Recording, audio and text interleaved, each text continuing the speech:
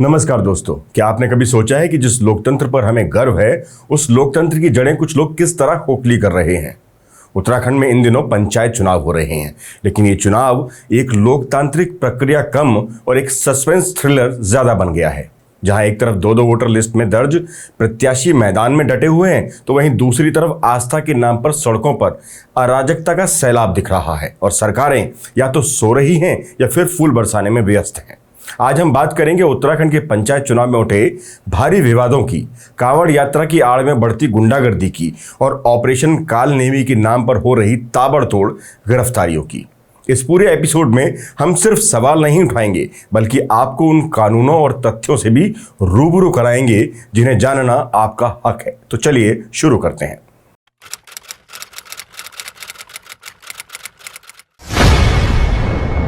उत्तराखंड पंचायत चुनाव मानो इस बार बिना विवादों के संपन्न होने का नाम नहीं ले रहे। पहले चुनाव इतनी देरी से हो रहे हैं और फिर उसके बाद उठते एक के बाद एक विवाद इस चुनाव को उत्तराखंड के इतिहास का ऐतिहासिक चुनाव बना रहे हैं।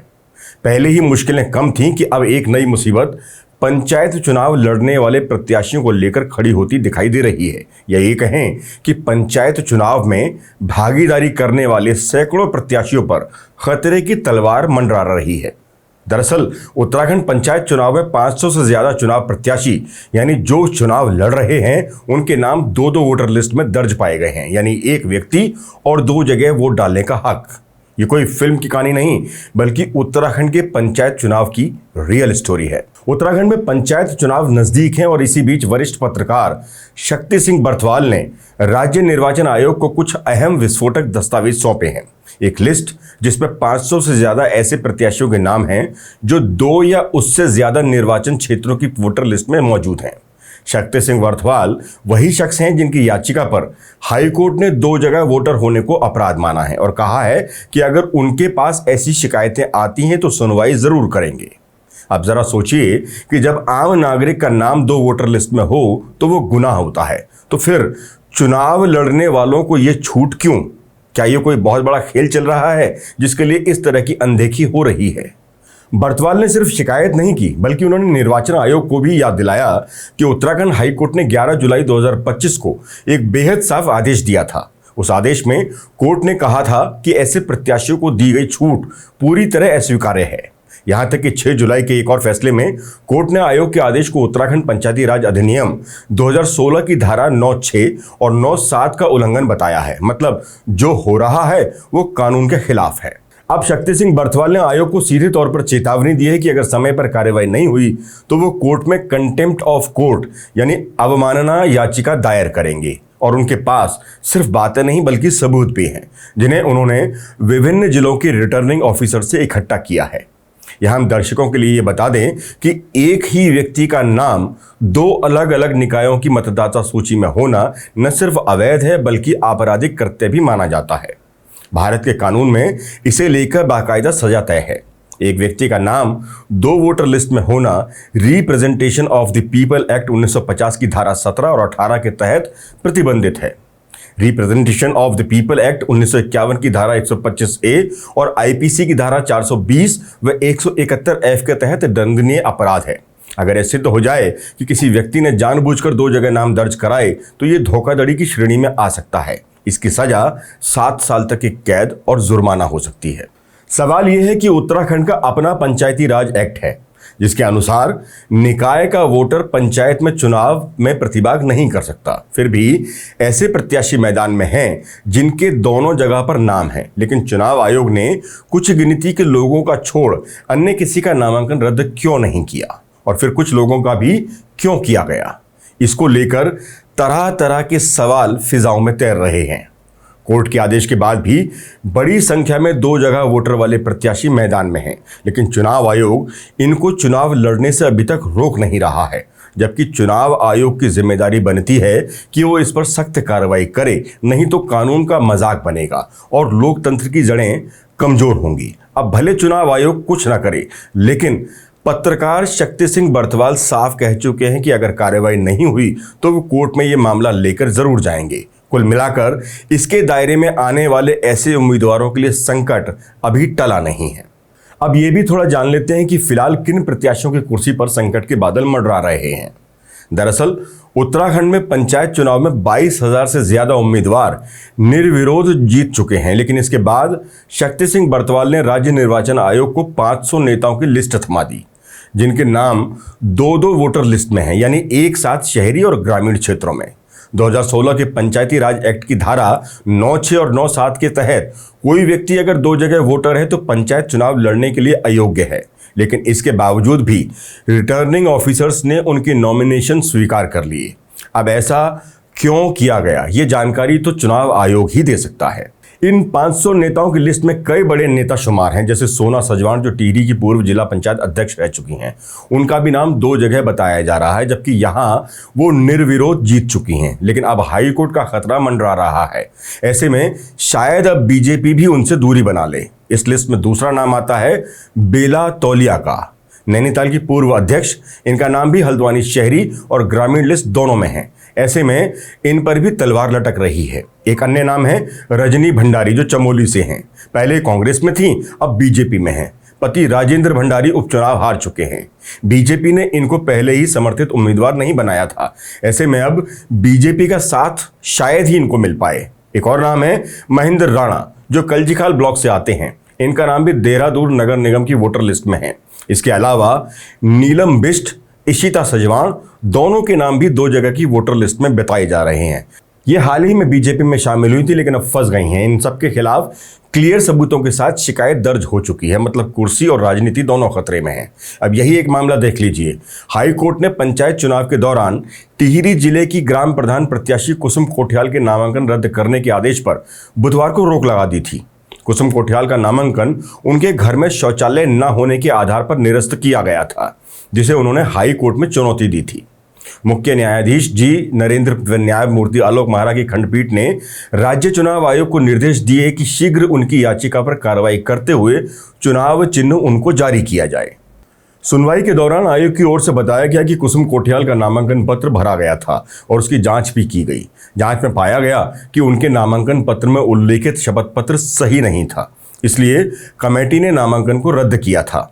हालांकि याचिकाकर्ता ने इस फैसले का विरोध करते हुए कहा कि नियमों के अनुसार जरूरी नहीं कि शौचालय घर के अंदर ही हो। उनका शौचालय घर से 150 मीटर दूर है और इस आधार पर उनका नामांकन रद्द करना अनुचित है।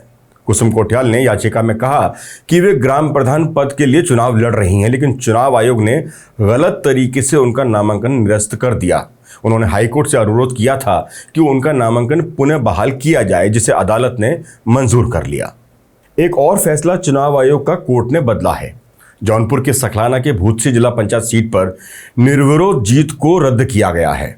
भाजपा प्रत्याशी यहां से निर्विरोध चुन ली गई थी, उसको भी कोर्ट ने पलटा है और दूसरे प्रत्याशी को चुनाव लड़ने के लिए योग्य माना है। हाईकोर्ट के आदेश से निर्दलीय प्रत्याशी का नामांकन बहाल हुआ है। ये सब चुनाव आयोग की गलतियों और कमियों की वजह से देखने को मिल रहा है। खैर, अभी तो ये शुरुआत है, आगे कई और मामले कोर्ट की शरण में आने वाले हैं, इसलिए आने वाले दिनों में हो सकता है कई जगह उपचुनाव देखने को मिले। बाकी जो भी है, पर ये सब हालात उत्पन्न होना किसी कमाल से कम नहीं, या साफ कहें तो ये प्रतीत हो रहा है कि मानो कोई बड़ा मजाक चल रहा है। अब जब पंचायत चुनाव कराने में आयोग इस तरह विफल हो रहा है, तो फिर बड़े चुनावों में हाल क्या होगा? ये हाल उत्तराखंड का सिर्फ पंचायत चुनाव की वजह से ही खराब नहीं है, बल्कि कई अन्य कारणों से भी खराब है। इसमें सबसे बड़ा कारण है कांवड़ यात्रा, क्योंकि सड़कों पर इन दिनों आस्था कम और अराजकता ज्यादा दिख रही है। कांवड़ यात्रा में श्रद्धा का सैलाब तो है, लेकिन साथ में गाली गलौज, मारपीट और तोड़फोड़ भी है। इस बार की कांवड़ यात्रा ने कुछ बेहद परेशान करने वाले सवाल खड़े किए हैं। सड़कें बंद, हॉस्पिटल जाने वाले रास्ते जाम और जगह जगह मारपीट, तोड़फोड़ और गुंडागर्दी। कांवड़ यात्रा अब आस्था से हटकर एक रोड शो बनती जा रही है। हर साल सावन के महीने में लाखों कांवड़िए हरिद्वार और गंगोत्री से जल लेने निकलते हैं। ये परंपरा सदियों पुरानी है और आस्था से जुड़ी हुई है। लेकिन क्या आस्था का मतलब सड़क पर डीजे बजाना है, ट्रैफिक रोकना है? क्या आस्था के नाम पर कानून तोड़ना जायज है? आखिर जरा सी बात पर मारपीट और तोड़फोड़ करना इस यात्रा की पहचान क्यों बनती चली जा रही है? कांवड़ यात्रा का धार्मिक महत्व है। शिव भक्त गंगा जल लाकर शिवलिंग पर अर्पित करते हैं, लेकिन हाल के वर्षों में इसमें एक नया ट्रेंड जुड़ गया है। लाउड डीजे, बाइक स्टंट्स, नारेबाजी और सड़क पर कब्जा। तोड़फोड़, मारपीट और अब इसके साथ साथ पत्थरबाजी भी जुड़ गई है। पहले ये सब हरिद्वार और रुड़की तक ही देखने को मिलता था, लेकिन अब पहाड़ों में भी ये सब होने लगा है। सवाल ये है कि प्रशासन क्या कर रहा है। कई जगह पर पुलिस खुद कांवड़ियों को फूल बरसाकर स्वागत कर रही है। सरकारें उनके लिए हर सुविधा का प्रबंध करती हैं, फूलों की वर्षा की जाती है, लेकिन जब यही कांवड़िए कानून तोड़ें तो पुलिस कुछ ठोस कदम उठा नहीं पाती, क्योंकि उनके हाथ भी पीछे से बंधे होते हैं। वोट बैंक का सवाल है। सोचिए, क्या ये धर्म के नाम पर डबल स्टैंडर्ड नहीं है? क्या इससे हिंदुओं का मान बढ़ रहा है? हम ये नहीं कह रहे कि कांवड़ यात्रा बंद हो, क्योंकि हमारी आस्था जुड़ी है इससे, लेकिन प्रशासन को सख्ती करनी होगी। उन पर जो ग्रुप्स में बाइक राइडर्स आते हैं और हेलमेट नहीं पहनते, जो तेज आवाज में डीजे बजाते हैं, जिससे आमजन और मरीज परेशान होते हैं। ये हुजूम मामूली सी बात पर भी आम जनता के साथ मारपीट करने में चूकते नहीं, तोड़फोड़ करते हैं। कम से कम असली शिव भक्त तो ऐसा कर नहीं सकते। असली शिव भक्त ना तो किसी निर्दोष की मामूली सी भी गलती पर पिटाई करते हैं, ना राह चलते वाहनों को तोड़ते हैं, और ना ही किसी की कमाई का साधन उसकी दुकान को उजाड़ते हैं। तो फिर ऐसे लोगों से पुलिस को किस बात का खतरा, जो जेब में हाथ डाले किनारे चाय की चुस्कियों में व्यस्त दिखने लग जाती है। हाल ही में रुड़की में एक ढाबे वाले ने तेज आवाज कम करने को कहा तो कांवड़ियों ने तोड़फोड़ कर दी। हरिद्वार में एक पेट्रोल पंप कर्मचारी से झगड़ा करके कांच फोड़ डाले। देहरादून में ट्रैफिक रोका, जब मना किया गया तो पुलिसकर्मी से धक्का मुक्की की। हरिद्वार में एक दुकान में तोड़फोड़ कर दी और तो एक महिला से बीच सड़क पर मारपीट कर दी। हरिद्वार क्षेत्र से इस तरह के कई वीडियो समय समय पर सामने आ चुके हैं, जिनमें कांवड़ियों द्वारा दुकानदारों और राहगीरों से मारपीट या उपद्रव के दृश्य हैं। हद तो तब हो गई जब ये हुड़दंगी हरिद्वार केदारनाथ तक जा पहुंचे, वहां पर गंद मचाने लगे। कांवड़ियों का चोला पहनकर ये समझते हैं कि ये देश के कानून से ऊपर हैं। केदार घाटी के बड़ासू में कांवड़ियों का हुड़दंग देखने को मिला, जहां मामूली सी ये कहासुनी के बाद इन हुड़दंगियों ने पत्थर फेंकना शुरू कर दिया। कई गाड़ियां सड़कों पर गिरा दी गईं। पत्थर इतने बड़े कि अगर किसी को लग जाती तो जान भी जा सकती थी। एक युवक इस पत्थरबाजी से घायल हो गया। और एक चीज इस यात्रा में देखने को मिल रही है, अब अपराधी भी इस यात्रा में शामिल हो गए हैं। टिहरी पुलिस ने कांवड़ियों के वेश में आए 3 चोर गिरफ्तार किए हैं। चोरी की 3 मोटरसाइकिल और एक एक्टिवा भी पुलिस ने इनसे बरामद की है। इन कांवड़ यात्रियों पर फूल बरसाने का काम पुलिस से लेकर प्रशासन कर रहा है। मुख्यमंत्री इनके पैर धो रहे हैं और ये यहाँ आकर उन्हीं पुलिस वालों और स्थानीयों से मारपीट कर रहे हैं। उनकी दुकानें, गाड़ियां तोड़ रहे हैं। क्या इनको देखकर कोई कहेगा कि ये शिव भक्त हैं? इनके इस कुकृत्य से क्या हिंदू धर्म का मान बढ़ रहा है? जवाब है बिल्कुल नहीं, बल्कि विश्व में सबसे ऊंचे माने जाने वाले हिंदू धर्म का मान इन हरकतों से महिमा मंडित नहीं बल्कि खंडित हो रहा है। अब यही खबर देख लीजिए, हरिद्वार दिल्ली हाईवे पर हरिद्वार से जाने वाले रूट के आधे हिस्से पर कांवड़ यात्रियों का कब्जा हो गया है। पुलिस की तमाम प्लानिंग और रोक टोक के बावजूद करीब 40% कांवड़ यात्री हाईवे से गुजर रहे हैं, जबकि प्रशासन के द्वारा पहले से ही कांवड़ पथ पर चलने की गाइडलाइंस जारी की गई हैं, मगर सब बेकार। रात के समय तो पूरा हाईवे ही कांवड़ यात्रियों के कब्जे में आ जाता है। यहाँ आसपास बड़ी संख्या में खाने पीने की सामान की दुकानें लगी हुई हैं। कांवड़ यात्री जलपान करने के लिए अपनी अपनी कांवड़ हाईवे पर रख रहे हैं, जिससे गुरुकुल से लेकर सीतापुर फ्लाईओवर शुरू होने तक हाईवे का आधा हिस्सा कांवड़ यात्रियों के कब्जे में है। यही हाल हरिलोक तिराहे से रानीपुर झाल बहादुराबाद तक बना हुआ है। सवाल है, प्रशासन कोई ठोस कार्रवाई क्यों नहीं कर पाता? हालांकि इस बार उत्तराखंड पुलिस पहले की अपेक्षा थोड़ा एक्टिव देखी जा रही है और कई जगह पर ऐसे उपद्रवियों को पकड़ा भी जा रहा है, लेकिन ये कार्रवाइयां घटनाओं की अपेक्षा काफ़ी कम हैं। असल बात यह है कि धार्मिक आस्था के नाम पर सरकारें और प्रशासन डरते हैं और इसलिए ऐसे हुड़दंगी समझते हैं कि हमारा कोई कुछ बिगाड़ सकता नहीं। अगर जल्द पुलिस और सरकारों ने इस ओर ध्यान नहीं दिया तो आने वाले समय में ये समस्या उत्तराखंड के लिए एक विकराल रूप धारण कर चुकी होगी। सवाल और भी हैं जिनके जनता को जवाब नहीं मिल रहे। जहां देखो नेता मौज उड़ा रहे हैं, नियमों की धज्जियां उड़ा रहे हैं। अब इस मामले को ही देख लीजिए, जब उत्तराखंड के मशहूर लोक गायक गणेश मर्तोलिया की बहन और नानी की मौत इसलिए हो गई क्योंकि उन्हें समय पर हवाई चिकित्सा सेवा नहीं मिल सकी। अब दूसरी तरफ का सीन देखिए, बद्रीनाथ केदारनाथ मंदिर समिति के अध्यक्ष हेमंत द्विवेदी और उनके कुछ खास लोग केदारनाथ जाने के लिए हेलीकॉप्टर में उड़ गए, वो भी उस समय जब डीजीसीए ने मानसून सीजन में हेलीकॉप्टर सेवाओं पर रोक लगा रखी है। जून में यह प्रतिबंध लागू हो चुका था, तो फिर वीआईपी उड़ान कैसे हुई? क्या नियम सिर्फ आम जनता के लिए हैं? एक आम पहाड़ी परिवार की महिलाएं एक हेलीकॉप्टर न मिलने के कारण अस्पताल समय पर नहीं पहुंच पाती और तड़प तड़प कर जान दे देती हैं। लेकिन उसी राज्य में वीआईपी को विशेष अनुमति मिलती है हेलीकॉप्टर में उड़ने की। तो क्या ये डबल स्टैंडर्ड नहीं? हालांकि सरकार की तरफ से इस पर कड़ा एक्शन लेने को जरूर कहा गया है, मगर जितनी जानकारी हमें है, बिना किसी अनुमति के तो हेलीकॉप्टर ने उड़ान भरी नहीं होगी। तो फिर सरकार के आदेश की नाफरमानी करने वाला बड़े वाला कोई तो अधिकारी है जो टांग पर टांग रखे आराम कुर्सी में पसरा होगा।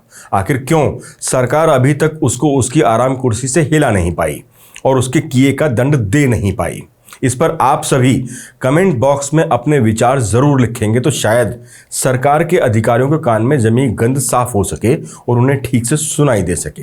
इन सब खबरों के बीच उत्तराखंड में एक ऑपरेशन पुलिस द्वारा चलाया जा रहा है जो रोज चर्चा में रहता है। नाम है ऑपरेशन कालनेमी, जिसके तहत पुलिस उन ढोंगियों को चिन्हित कर रही है, उनको गिरफ्तार कर रही है जो आम जन को भ्रमित कर उनके साथ ठगी करते हैं। बीते 9 जुलाई से शुरू हुए अभियान में दून पुलिस वीडियो रिकॉर्ड किए जाने तक 121 ढोंगियों के विरुद्ध कार्रवाई कर चुकी है। ये एक अच्छा प्रयास है और निश्चित रूप से ऐसा करने वालों पर कार्रवाई होनी ही चाहिए। लेकिन अगले ही पल ये सवाल भी उठता है कि पुलिस इतनी जल्दी कैसे डिसाइड कर पा रही है कि ये फर्जी हैं या ये सही हैं। इस ऑपरेशन के बाद अचानक से उत्तराखंड में बड़ी संख्या में फर्जी बाबाओं की भीड़ सी लग गई। क्या इनकी कोई इंटेलिजेंस की जांच हुई? क्या इनके खिलाफ कोई शिकायत दर्ज है या फिर कपड़ों को देखकर ही अंदाजा लगाया जा रहा है कि ये फर्जी हैं? यहाँ सवाल ये भी है कि अगर ये सब फर्जी हैं तो इनके ऊपर 420 की धारा में केस दर्ज होना चाहिए, जबकि पुलिस इन पर शांति भंग करने की धारा का केस दर्ज कर रही है। अब ये भी कमाल है कि अगर कोई साधु या अन्य वेश में कहीं बैठकर या किसी को भ्रमित कर ठगी कर भी रहा है तो इसमें शांति भंग की धारा कैसे लग सकती है? ये तो फ्रॉड हुआ। सबसे बड़ा सवाल कि जब पुलिस इनको कोर्ट में पेश कर रही है तो कोर्ट इनको जमानत दे रही है। स्थानीय अखबार में छपी खबर के मुताबिक पुलिस में आंकड़ेबाजी को लेकर होड़ सी मची है। जो गलत है वहां तक तो सही है, लेकिन सामान्य वेशभूषा में भी जो भिक्षा मांग रहा है पुलिस उनको भी कालनेमी बताकर पकड़ रही है। इसलिए इस पूरे अभियान पर ही सवालिया निशान लग गए हैं। सवाल यही है कि कौन तय करेगा कि असली कौन है और नकली कौन है। अगर असल कालनेमियों को पकड़ना ही है तो पहले इस प्रदेश के विभागों कार्यालयों में बैठे भ्रष्टाचारी कालनेमियों को पकड़ना जरूरी है जो इस प्रदेश को खोखला कर रहे हैं। पुलिस को पहले अपने ही विभाग में छुपे बैठे उन कालनेमियों को भी पकड़ना चाहिए जो वर्दी में सिर्फ वसूली का काम करते हैं। उन कालनेमियों को भी पकड़ना जरूरी है जिन्होंने राजनीति के नाम पर इस प्रदेश को लूटने का काम किया है। कांवड़ यात्रा में मारपीट करने वालों, तोड़फोड़ करने वाले कालनेमियों को भी पकड़ना जरूरी है जो आस्था के नाम पर हुड़दंग की नई परिभाषा लिखने पर तुले हैं।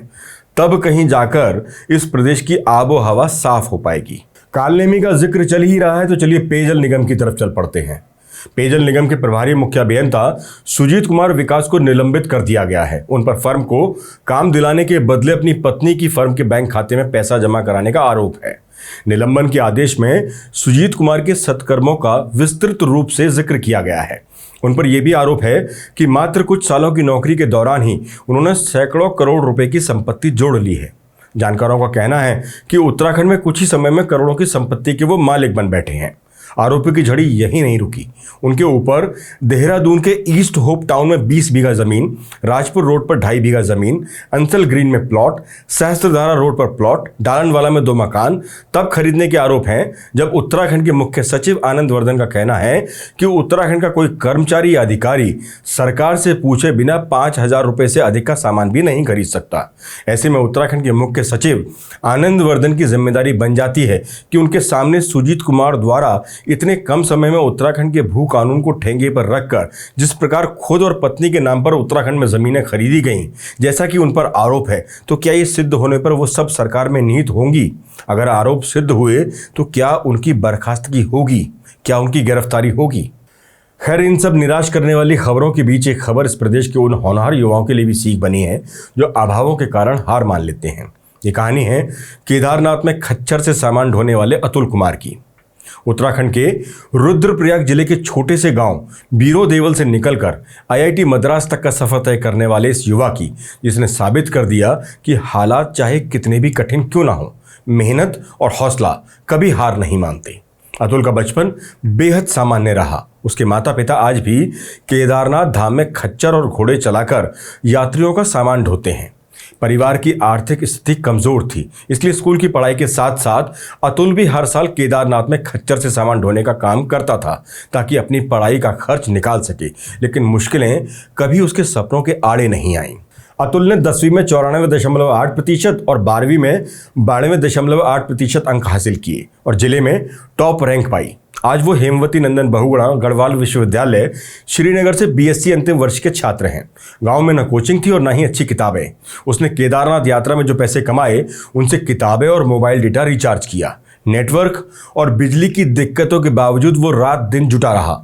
सुबह से शाम तक यात्रियों का सामान ढोने के बाद वो रात को टॉर्च और स्टडी लैंप की रोशनी में पढ़ता। कई बार पहाड़ के किसी ऊंचे कोने में खड़े होकर मोबाइल नेटवर्क पकड़कर ऑनलाइन लेक्चर सुनता। इन्हीं संघर्ष के बीच उसने IIT JAM 2025 की परीक्षा दी और ऑल इंडिया रैंक 649 हासिल की। अब उसे MSc मैथमेटिक्स के लिए IIT मद्रास में दाखिला मिल रहा है।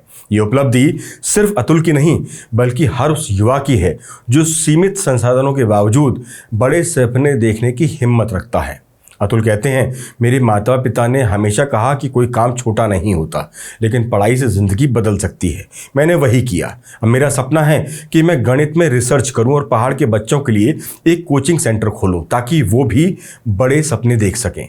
आज के इस वीकली शो में हमने जहां कानून की कमियां, पंचायत चुनाव में जारी धांधली, आम इंसान को हेलीकॉप्टर के अभाव में मरते देखा, तो VIP को बड़ी बड़ी उड़ान भरते हुए के मुद्दों को उठाया है। आस्था के नाम पर पहाड़ प्रदेश में अशांति फैलाने वाले तत्वों का खेल भी उजागर किया है।